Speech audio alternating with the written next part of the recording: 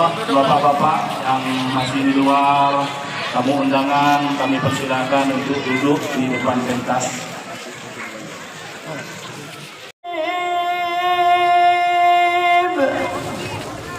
Huwal Habibul Ladzi turja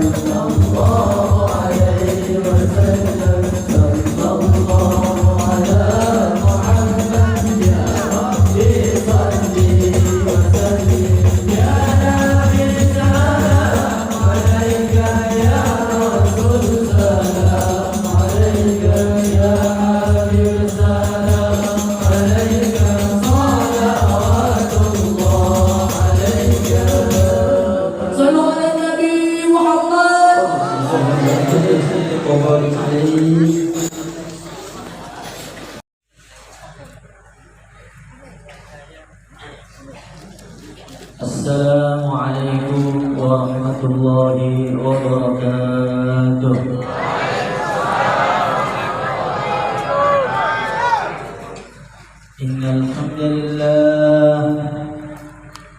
Innal hamdalillah nahmaduhu wa nasta'inuhu wa nu'minu bihi wa natawakkalu alayhi wa na'udzu bihi min shururi أنفسنا ومن سيئات أعمالنا من يهده الله فلا مضل له ومن يضلله فلا هادي له أشهد أن لا إله إلا الله وحده لا شريك له وأشهد أن سيدنا ومولانا وحبيبنا محمدا عبده ورسوله اللهم صل وسلم وبارك على سيدنا محمد وعلى آل سيدنا محمد قبل كل كلام وعند كل كلام وبعد كل كلام اللهم صل على سيدنا محمد عدد الأسماء والأبصار اللهم صل على سيدنا محمد عدد ما وسعه علم الله قال الله تعالى في كتابه الكريم قل بفضل الله وبرحمته فبذلك فليفرحوا هو خير مما يجمعون وقال عليه الصلاة والسلام كل أمتي يدخلون الجنة إلا من أبى قيل ومن يأبى يا رسول الله صلى الله عليه وسلم قال رسول الله صلى الله عليه وسلم من أطاعني دخل الجنة ومن عصاني فقد أبى وسئل رسول الله صلى الله عليه وسلم عن صوم يوم الاثنين فقال رسول الله صلى الله عليه وسلم ذاك يوم ولدت فيه. Para habaib, para ulama, Bapak Wakil Bupati, Ketapang, KKU, Pak Kapolres yang kami hormati, yang kami muliakan. Semoga Allah Subhanahu wa Ta'ala memberkati kehidupan mereka, memanjangkan umur mereka sehingga bermanfaat untuk umat, negara dan bangsa. Hadirin yang dimuliakan oleh Allah Subhanahu wa Ta'ala, dalam malam yang mulia ini kita bersama-sama beribu-ribu orang kumpul bareng-bareng untuk memperingati acara kelahiran yang mulia Rasulullah Sallallahu Alaihi Wasallam. Ini sekarang bulan apa ini? Rabiul Akhir. Rabiul Akhir. Rasulullah Sallallahu Alaihi Wasallam beliau dilahirkan di bulan Rabiul Awal. Maknanya bagaimana? Ini orang-orang Ketapang memperingati Maulid Nabi di luar bulan Maulid. Ini menunjukkan apa? Menunjukkan mereka itu gembira dengan kelahiran Nabi bukan hanya ketika Maulidan, tapi mereka gembira dengan kelahiran Nabi di setiap bulan dan setiap hari, bahkan setiap jam. Hadirin yang dimuliakan oleh Allah Subhanahu wa Ta'ala, maka satu ulama beliau mengatakan, walau anna amilna kulla hinin li Ahmad maulida lakana wajiba. Seumpama kita membuat maulidan gembira dengan Nabi setiap saat, setiap jam, itu hukumnya wajib, apalagi setiap tahun, apalagi setiap tahun. Hadirin yang dimuliakan oleh Allah Subhanahu wa Ta'ala, Masya Allah, gembira dengan kelahiran Nabi itu perkara yang tampaknya kecil. Kalau dipandang sesuatu tampaknya kecil, seperti tidak memiliki kelebihan apa-apa. Tetapi perkara tersebut begitu besar dan begitu agung di sisi Allah Subhanahu wa Ta'ala. Hadirin yang dimuliakan oleh Allah Subhanahu wa Ta'ala, di dunia ini ada makhluk yang sangat terkutuk. Semua orang tahu, yang goda manusia, ngajak manusia ke neraka, menentang perintah Allah, namanya adalah iblis laknatullah alaihi. Tapi iblis yang begitu buruk seperti ini, dia ngaku kalah dengan makhluk yang perasaan iblis lebih buruk daripada iblis. Siapa namanya? Fir'aun laknatullah alaihi. Jadi ketika Fir'aun laknatullah alaihi, dia ngaku jadi Tuhan, ana rabbukumul a'la, saya ini adalah Tuhan semesta alam. Iblis itu langsung sungkem ke Fir'aun itu. Datangi istana Fir'aun, assalamualaikum. Waalaikumsalam. Fir'aun, kamu kenal saya apa enggak? Saya ini iblis laknatullah alaihi, kamu tuh murid saya dulu, tapi sekarang kamu sudah menjadi guru saya. Sejelek-jeleknya saya, seburuk-buruknya saya, tapi saya ngaku jadi Tuhan itu enggak pernah. Bukan hanya enggak pernah, bayangkan pun tidak. Kamu ini murid saya, tapi sudah berani aku jadi Tuhan. Wes, sekarang angkat saya jadi muridmu Tuhan. Jadi iblis yang begitu buruk itu masih kalah dengan yang namanya Fir'aun. Fir'aun yang begitu buruk ini masih kalah dengan yang namanya Abu Jahal. Kenapa Fir'aun kalah dengan Abu Jahal? Kalau Fir'aun itu sebelum meninggal dunia, dia pengen tobat. Saya pengen tobat, iman dengan apa yang diimani Bani Israel, iman dengan Allah. Fir'aun ketika tenggelam itu berusaha syahadat, berusaha iman dengan Nabi Musa, berusaha iman dengan Allah, berusaha iman dengan apa yang diimani Bani Israel. Sampai dalam Quran diceritakan, al-ana wa qad asayta qablu wa kunta minal mufsidin. Hei Firaun, masa tobatmu sekarang, dulu kamu merusak terus? Gak bisa. Firaun itu seburuk-buruknya manusia, tapi ketika nyawanya sudah mau copot, dia ingin tobat. Tapi kalau Abu Jahal tidak. Ketika dia sudah mau dibunuh, diserang oleh orang Madinah, anak muda, nyawanya sudah mau lepas. Apa kata Abu Jahal? Aduh, kenapa yang bunuh saya ini anak muda, anak petani? Coba kalau yang bunuh saya Muhammad, yang bunuh saya tokoh-tokoh Islam, tentu saya akan lebih mulia. Masa yang bunuh anak kecil gitu? Abu Jahal itu menjelang meninggal tobat pun gak ingin, saking sombongnya di atasnya Fir'aun.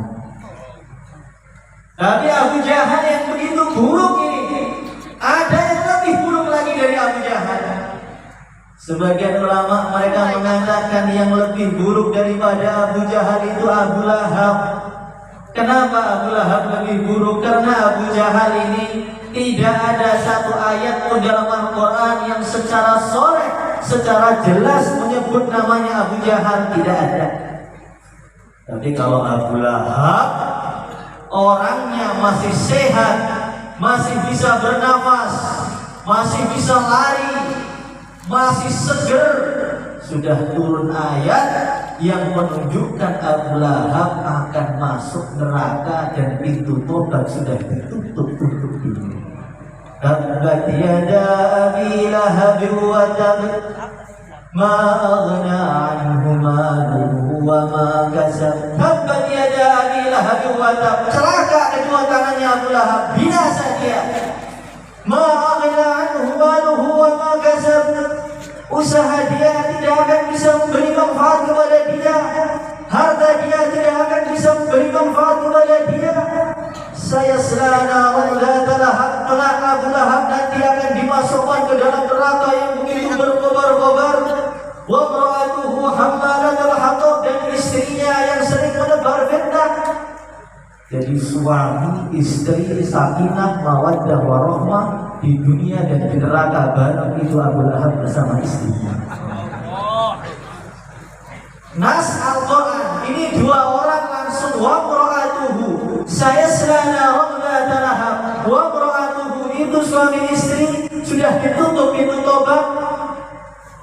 Fihi dia akan min masad, nanti di lehernya akan diberi tali-tali dari besi. Orang yang begitu buruk, hidup masih sehat, masih bernafas, tapi sudah ditutup pintu iman dan diberi kabar kamu tidak akan bisa masuk surga selama-lamanya.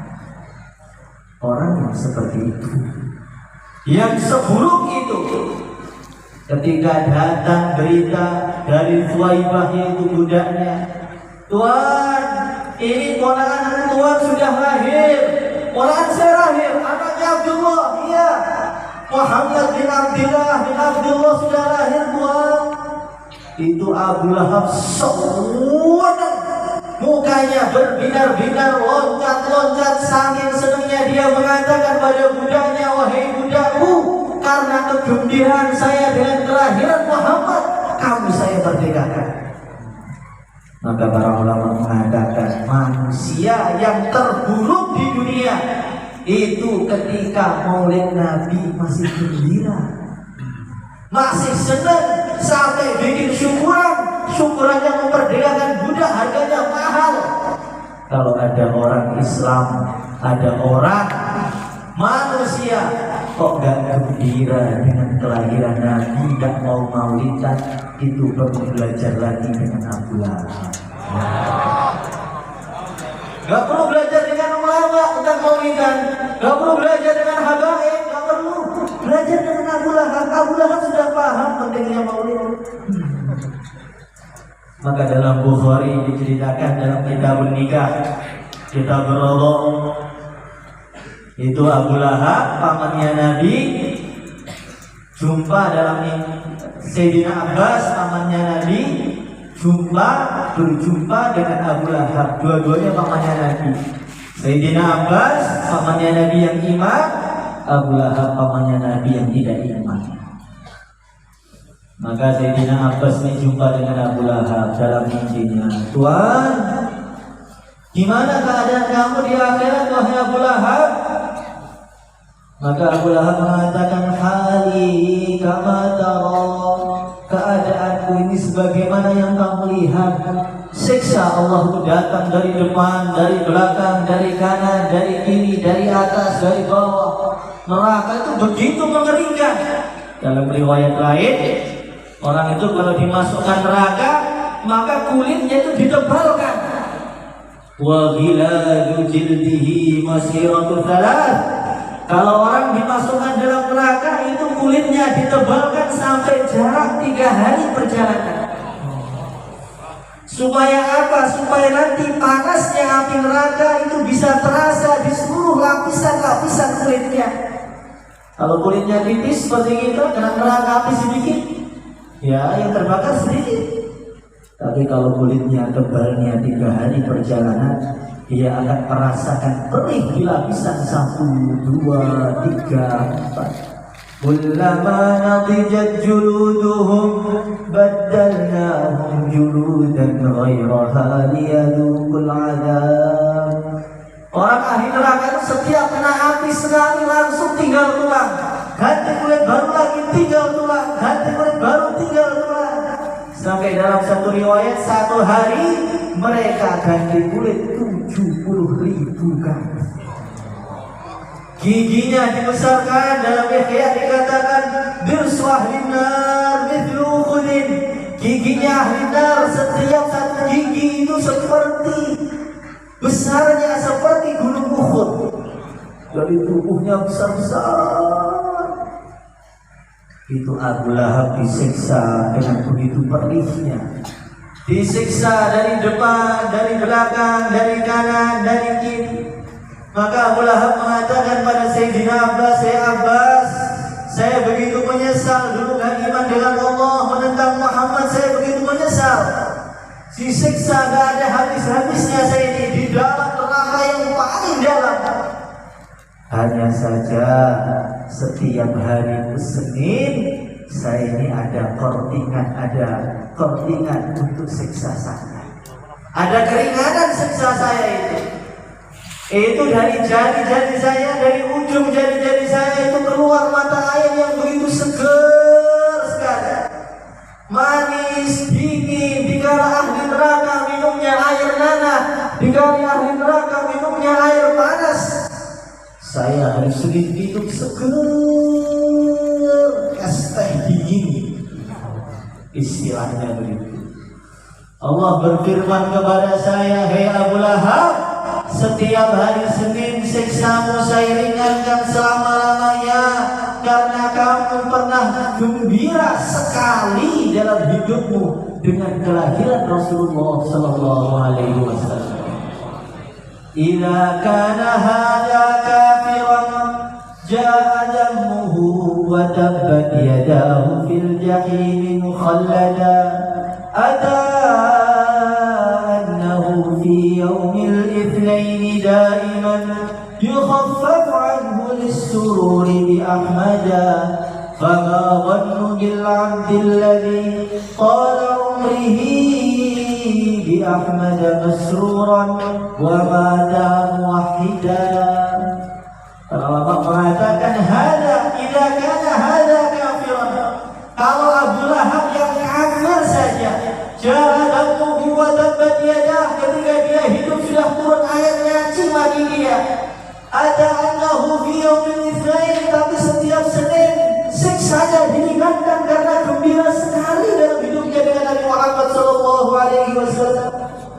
Kira-kira bagaimana kalau yang gembira itu umat Islam kepada baginda Nabi?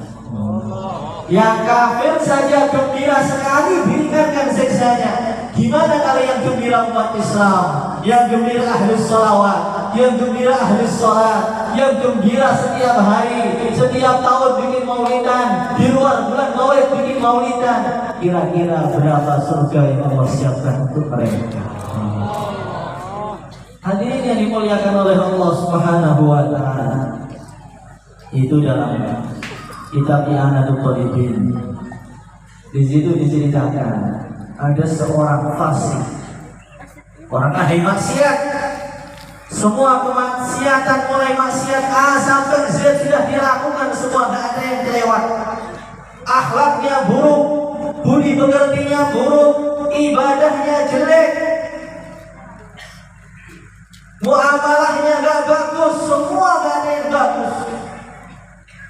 Saking jeleknya budi pekertinya, akhlaknya, sampai ketika mati tidak ada satupun orang yang mau nyolati. Orang tuanya nggak mau nyolati, tetangganya nggak mau nyolati, saudaranya nggak mau nyolati. Sampai kiai di kampungnya itu sudah umumkan itu, tuan-tuan, orang-orang kampung jangan ada yang nyolati dia, jangan ada yang ngafali dia, jangan ada yang menguburkan dia. Biar menjadi pelajaran untuk orang-orang kampung. Kalau orang berbuat seperti amalan yang dia berbuat, nanti matinya busuk, gak ada yang ngurus. Betul? Satu hari gak ada yang ngurus, 2 hari gak ada yang ngurus, 3 hari gak ada yang ngurus. Mayat tuh kalau sudah 3 hari busuk apa enggak? Busuk. 4 hari gak ada yang ngurus. Maka tiba-tiba di malam hari yang begitu sunyi, terdengar suara dari langit. Ishhadu janazata waliyin min awliyai fa innahu azizun indi. Wahai orang-orang kampung, itu kamu urus jenazahnya fulan bin fulan. Dia ini adalah salah satu kekasih dari kekasih-kekasihku. Dia ini adalah salah satu wali dari wali-waliku. Azizun indi. Dia itu punya derajat yang begitu istimewa di sisiku. Maka malam-malam orang itu langsung tergopoh-gopoh bangun dari tidurnya. Ulamanya, orang kampungnya, semua pemerintahannya bangun dengan nyolati rebutan dan urus jenazah dia.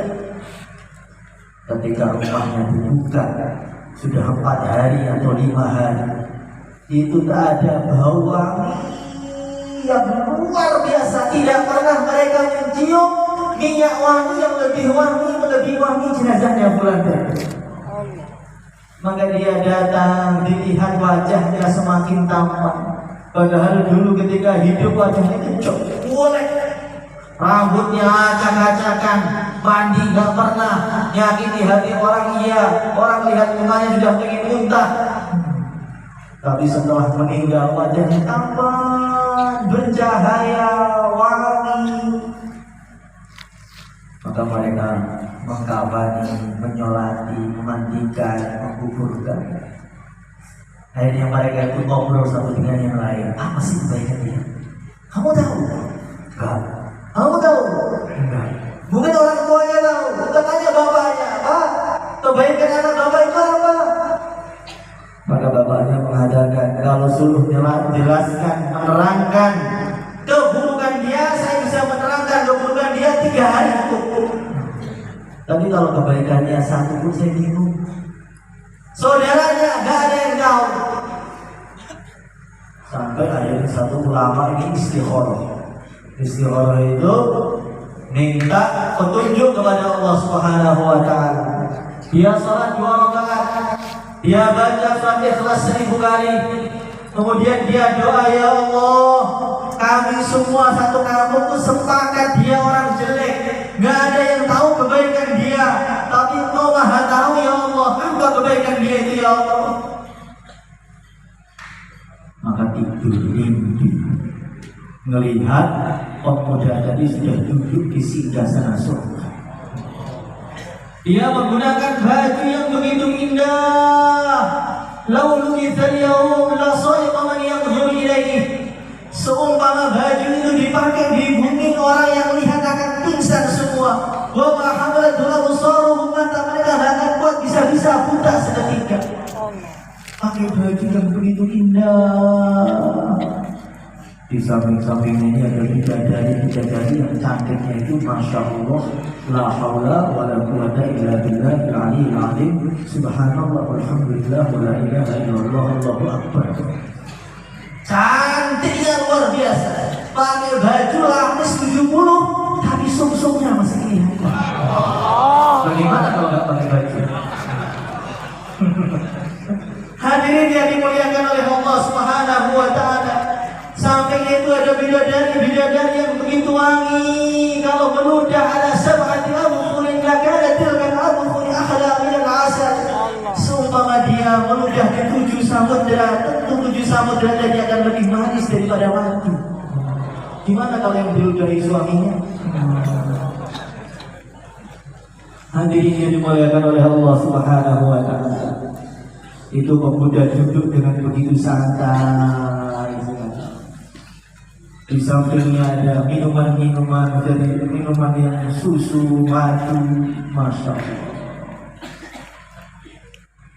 Maka ulama tadi datang, dia tanya, wahai fulan, ya ada apa? Sambil senyum-senyum, nggak merasa bersalah. Kebaikanmu itu apa? Kami satu kampung tuh nyari kebaikanmu satu belum dapat. Jadi kenapa Allah berfirman Azizun inni, kamu itu seorang wali Allah, punya derajat yang begitu tinggi di sisi Allah. Kebaikanmu itu apa?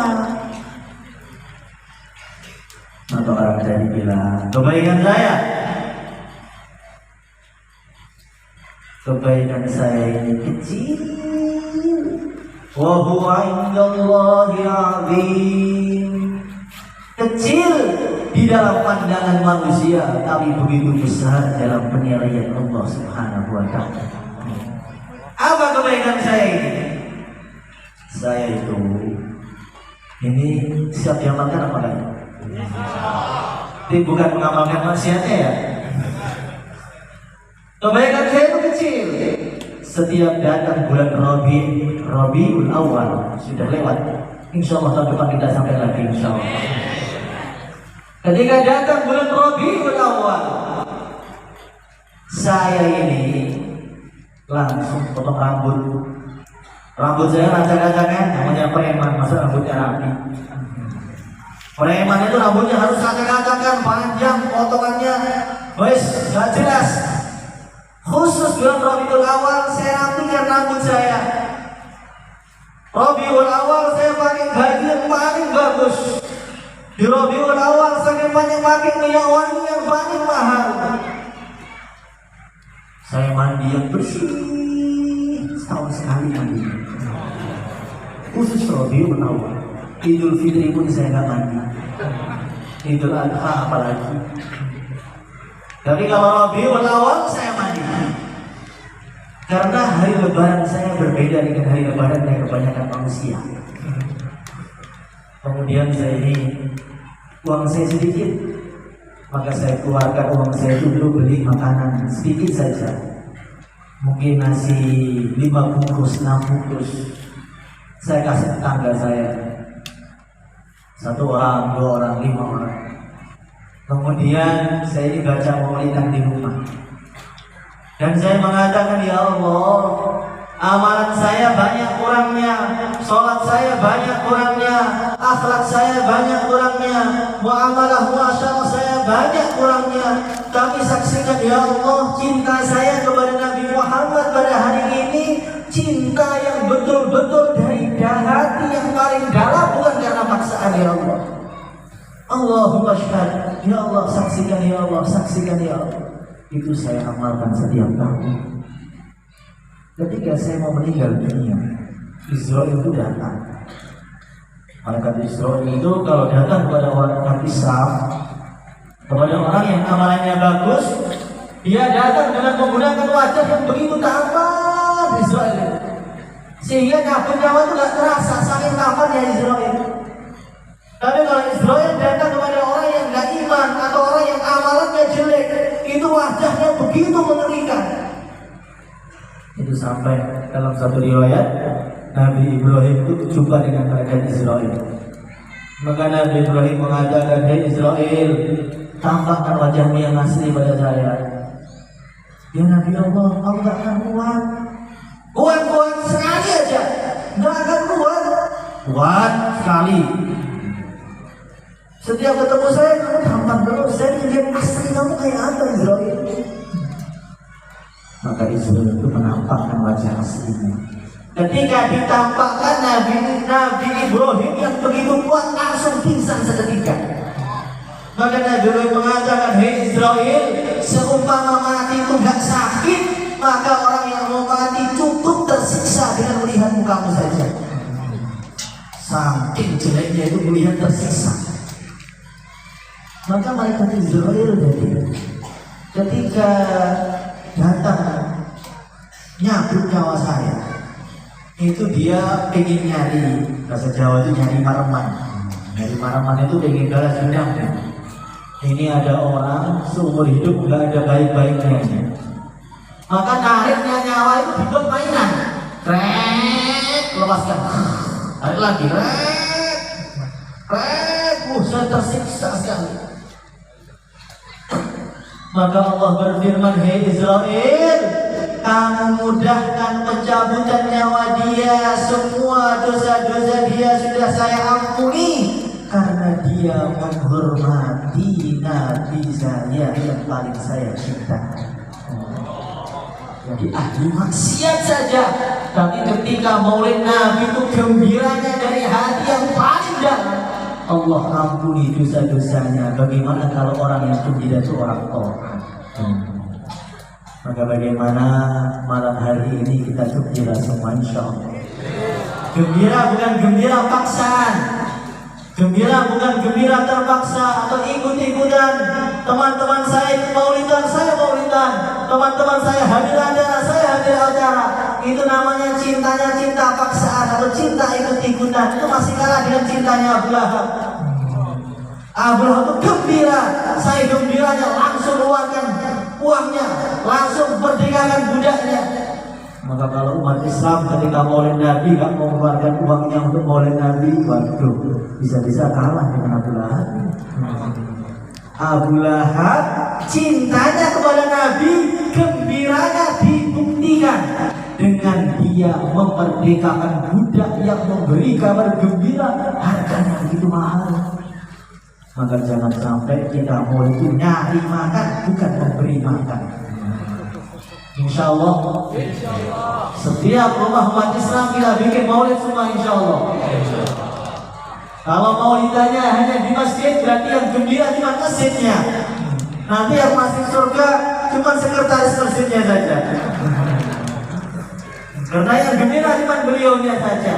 Tapi kalau yang membuat maulid setiap rumah umat Islam, berarti nanti setiap rumah umat Islam masuk surga semua insya Allah.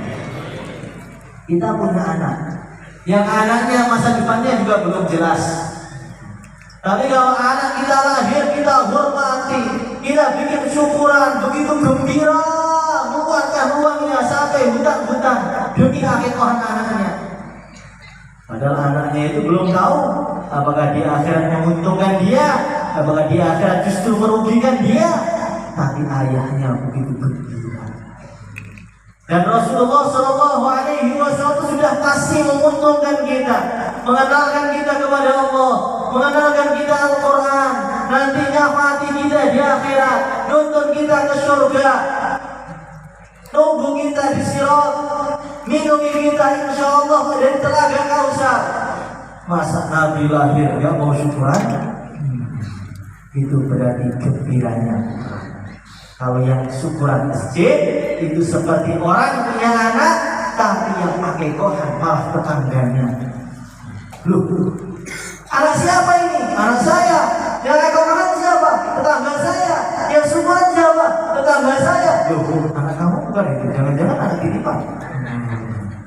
Maka Nabi saya, yang gembira saya, yang diuntungkan saya. Maka bagaimana saya yang bikin maulidan, saya yang kasih makan, insya Allah.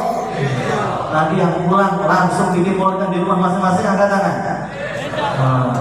Pak Wakil Bupati insya Allah. Hadirin yang dimuliakan oleh Allah Subhanahu wa taala. Dulu para sahabat ketika Rasulullah Shallallahu alaihi wasallam datang ke Madinah, mereka begitu gembira sekali sampai berdiri, loncat-loncat. Tala'al badru 'alaina min thaniyatil wada wajaba syukru 'alaina mada'an lillahi da. Tadi kita berdiri bareng, selawatan bareng. Kenapa harus berdiri? Kenapa selawatan bareng? Gembira bareng, ikut-ikut para sahabat. Jadi sahabat itu ketika datang Nabi keluar dari Madinah, di pintu Madinah jemput Nabi, tola'al badru alaina, telah terbit bulan purnama kepada kami. Masya Allah, Rasulullah Shallallahu alaihi wasallam itu wajahnya tampan sekali, bercahaya seperti cahayanya bulan. Itu ada penyihir hebat di Mekah, namanya Hasan bin Sabit. Paling ahli sastra, ahli syair. Kalau dia sudah memuji orang, maka orang yang paling jelek akan tampak lebih cantik daripada bidadari. Kalau yang memuji dia, saking pintarnya ngomong. Kalau dia sudah menjelekkan orang, maka orang yang paling tampan, yang paling ganteng akan menjadi sangat jelek. Saking pintarnya ngomongnya. Itu namanya siapa? Hasan bin Sabit. Maka orang-orang itu datang kepada Hasan. Wahai Hasan, kami punya musuh itu berat, namanya Muhammad. Bingung kami itu mau nyerang dia. Mau nyerang suaranya jelek, ternyata suaranya bagus. Mau nyerang nasabnya jelek, nasabnya bagus. Gimana cara mengalahkan Muhammad itu? Saya butuh bantuan kamu. Kamu bisa jelekkan Muhammad, pakai sihir kamu, mintamu berapa saya bayar. Sampai dikasih DP 1 miliar 1.000 dinar lebih. Maka Hasan bin Sabit bilang, nanti kekurangannya Muhammad, sekecil-kecilnya kekurangan yang sebesar lubang semut, akan saya besarkan hingga lebih besar daripada dunia dengan segala isinya. Akan saya cari itu kelemahannya, kelebihannya akan tampak menjadi kekurangan. Tapi temukan saya dengan dia dulu. Saya belum pernah ketemu Muhammad di mana. Maka betul, Hasan bin Sabit ini diajak sholat kepada Rasulullah SAW. Hasan bin Sabit di sini, Nabi itu di sana jarak 100 meter lebih di belakang, pojok belakang. Maka orang-orang bilang, Hasan, itu loh Muhammad itu. Mana? Itu. Nabi jalan mendekat. Ketika Rasulullah Shallallahu alaihi wasallam jalan mendekat, maka keluar dari tubuh beliau cahaya. Semakin dekat semakin terang, nurnya semakin terang, semakin terang, semakin terang, semakin terang. Maka Hasan bin Sabit langsung mengatakan, lamma ra'aitu anwarahu syata'at wada'tu min khifati kaffi ala basari khawfan ala basari min husni surati falastu anzurahu illa ala qadari ruhun minan nuri fi jismin minal qamari fahilyatin nusijat minal anjumi suri. Pengen nyaji langsung jadi memuji. Dia mengatakan, nama ra'aitu anwarahu syata'at. Ketika dari tubuhnya mulai memancarkan cahaya, semakin dekat semakin terang cahayanya, semakin dekat semakin terang cahayanya. Maka saya sudah tak kuat, saya letakkan tangan saya tutupi mata saya hanya mampu melihat Muhammad dari sela-sela jari saya. Saya khawatir kalau saya tetap memaksakan melihat Muhammad, mataku akan rusak, akan buta. Saking begitu tampannya Rasulullah SAW. Hasrantuhu illa ala qadari. Saya tak mampu lihat wajah beliau itu, tak mampu. Maka banyak sahabat ketika ditanya bagaimana wajahnya Rasulullah SAW, kebanyakan mereka tidak bisa mensifati karena saking terangnya wajah Nabi. Mereka tidak berani Nabi itu seperti apa, tampan seperti apa, bingung mereka nyifatinya. Hadirin yang dimuliakan oleh Allah Subhanahu wa Ta'ala, kita kenal Nabi Yusuf, orang yang begitu cantik, yang begitu tampan sekali. Saking tampannya, sampai perempuan memotong jari-jarinya, gak terasa lihat Nabi Yusuf. Falamma ra'aynahu akbarnahu wa qatta'na aydiyahum wa qulna hasya lillahi ma hadha basharan. Perempuan Mesir itu melihat wajah Nabi Yusuf saking tampannya, dia potong-potong jarinya, gak terasa ini bukan manusia, ini malaikat. Melihat Nabi Yusuf potong jari, gak terasa, gak sengaja potong jari. Kalau orang lihat Nabi Muhammad SAW, bukan potong jari, motong leher, gak terasa.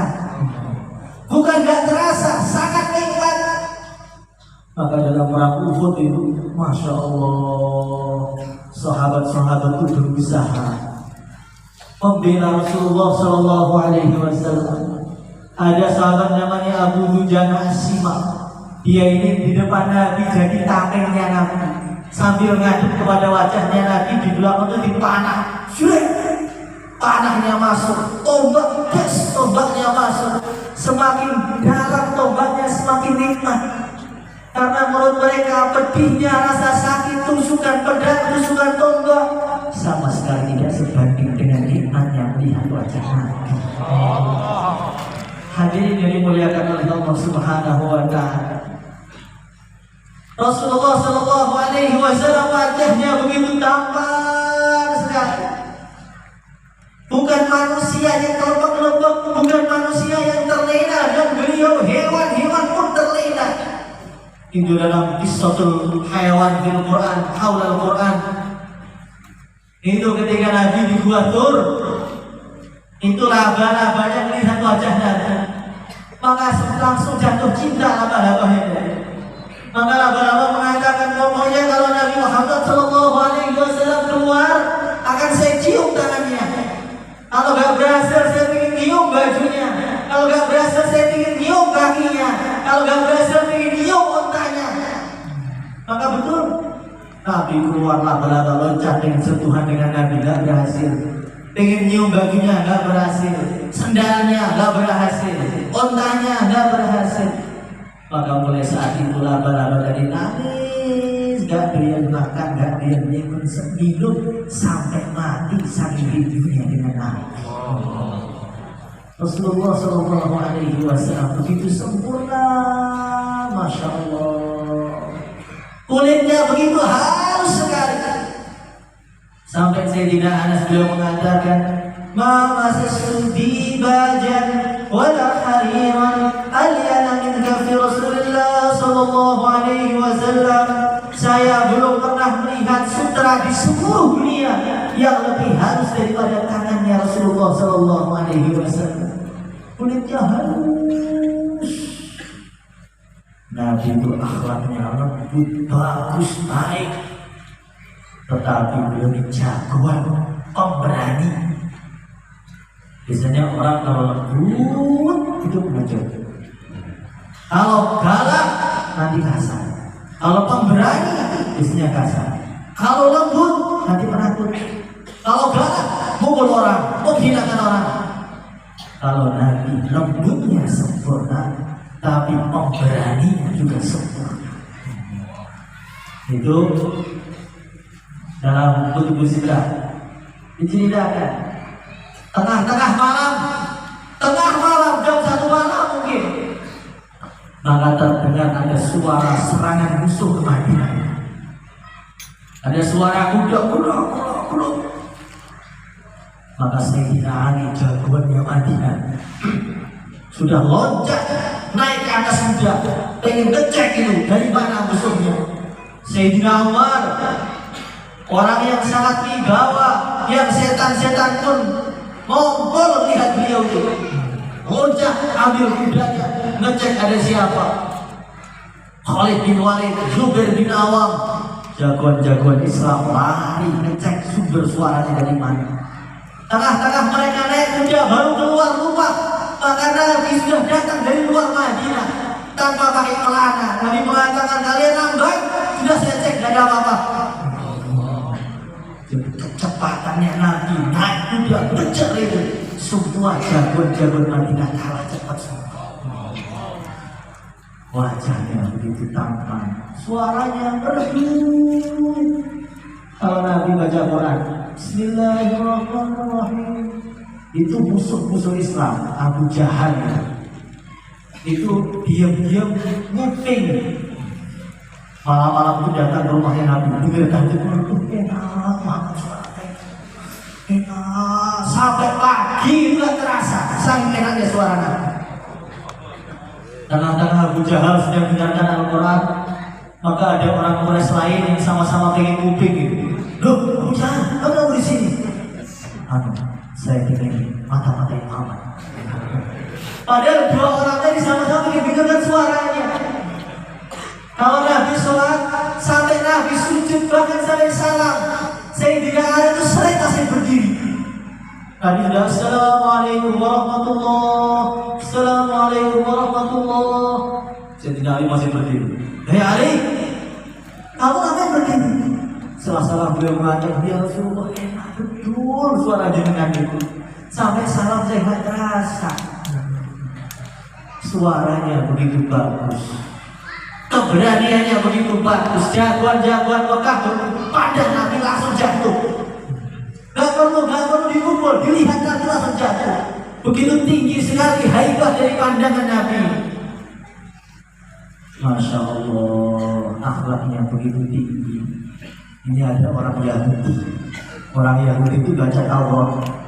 Di Taurat itu sudah dijelaskan gimana akhlaknya Nabi, wajahnya, tubuhnya, dicek semua, sudah sama semuanya. Kecuali dia belum tahu satu. Dalam Taurat dikatakan Nabi akhir zaman semakin disakiti semakin berbuat baik. Ingin saya sakiti dia.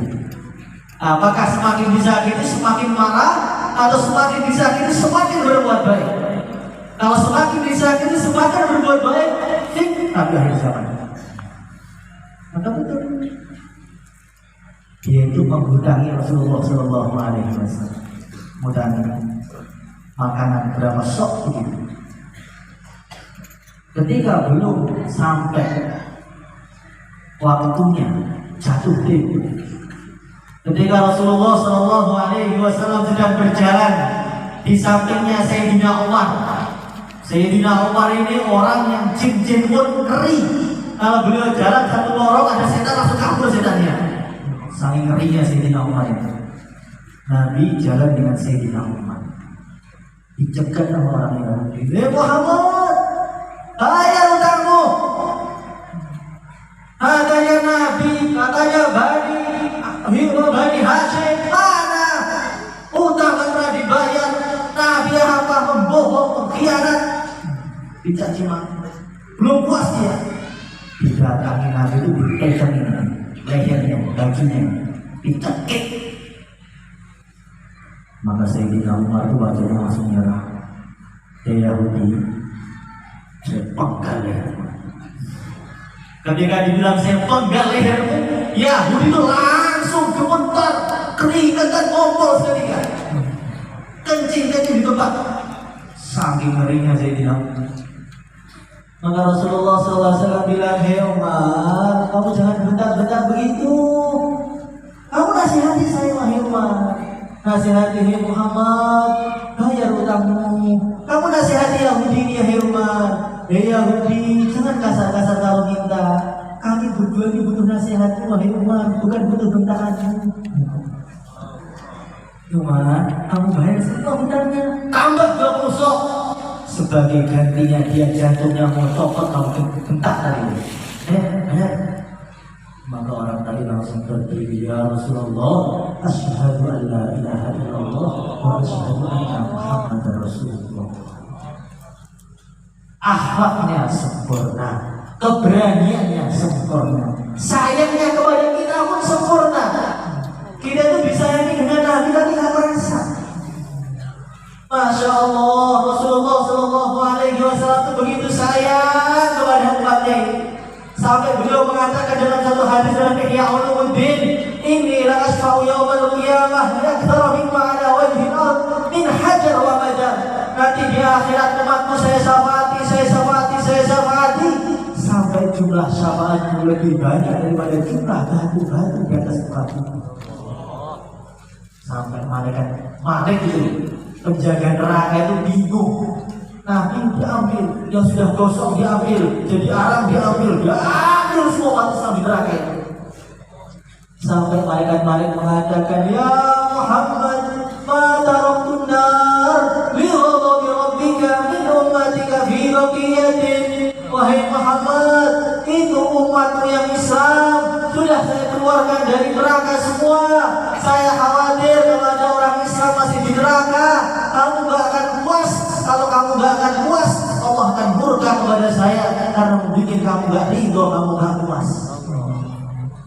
Tapi semuanya Masya Allah, itu sayangnya Nabi kepada kita. Masa yang disayangi kita saja Nabi sambil ngantuk. Maka bagaimana di acara Maulid Nabi ini menjadi semangat baru umat Islam di rumah-rumahnya itu dibaca kisah-kisah Nabi. Umat Islam sekarang itu banyak ditanya, Masya Allah, istrinya Nabi berapa? Sebutkan namanya. Itu banyak yang gak hafal. Putrinya Nabi berapa? Anak laki-lakinya Nabi berapa? Umurnya Nabi berapa? Banyak yang gak kenal. Tapi kalau ditanya artis semua hafal. Mobilnya apa hafal. Konten terbaru hafal. Raffi Ahmad mobil terbarunya apa hafal. Ini namanya kemerosotan besar untuk umat. Maka bagaimana setiap rumah umat Islam kita hidupkan taklim mengenai kisah-kisahnya Nabi, sehingga timbullah mahabbah kepada Nabi, cinta kepada Nabi, akhirnya kumpul bersama Nabi bareng-bareng di surga Firdaus. Hadirin yang dimuliakan oleh Allah Subhanahu wa taala, maka kita berharap majelis kita yang mulia ini, ribuan orang datang ke sini, para habaibnya, ulamanya, pemerintahnya duduk bareng, laki-laki, perempuan, sampai paling tua, sampai anak kecil juga duduk bareng di sini demi kegembiraan mereka semua dengan Rasulullah Sallallahu Alaihi Wasallam. Maka kita berharap majelis kita ini majelis yang dipandang oleh Nabi dari Madinah, majelis yang dicintai Nabi, majelis yang mendatangkan ampunan Allah, majelis yang mendatangkan syafaat Rasulullah, majelis yang menjadikan Nabi berbangga-bangga di depan Nabi-Nabi yang lain. Itu lihat orang-orang Ketapang itu, walaupun sudah tak maulid Nabi, tapi tetap maulidan terus. Insya Allah bulan depan bikin maulid lagi. Mungkin itu saja yang bisa saya sampaikan. Ada salahnya, ada kurangnya, ada salah dalam penukilan, ada salah dalam penyebutan ayat, ada salah dalam menyinggung dan sebagainya. Minta maaf. Assalamualaikum warahmatullahi wabarakatuh. Waalaikumsalam warahmatullahi wabarakatuh. Mohon Pak, ini sekalian doa untuk saya akan doa sebentar, nanti diteruskan oleh para habaib dan para ulama. Al-Fatihah.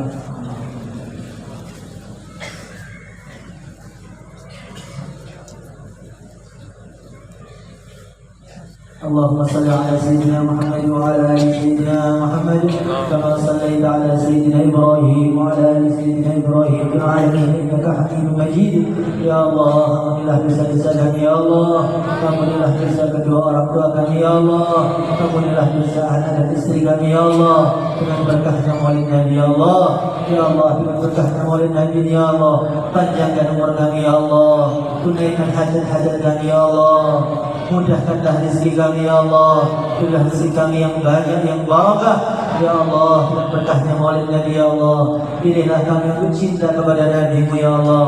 Kumpul dengan Nabi-Mu di surga Firdaus tanpa ada ujian, tanpa ada rintangan, murni anugerah-Mu ya Allah. Ya Allah, gunakanlah kami ya Allah, anak-anak kami ya Allah, istri kami ya Allah, saudara-saudara kami ya Allah, untuk berkhidmat mengabdi kepada agama-Mu ya Allah.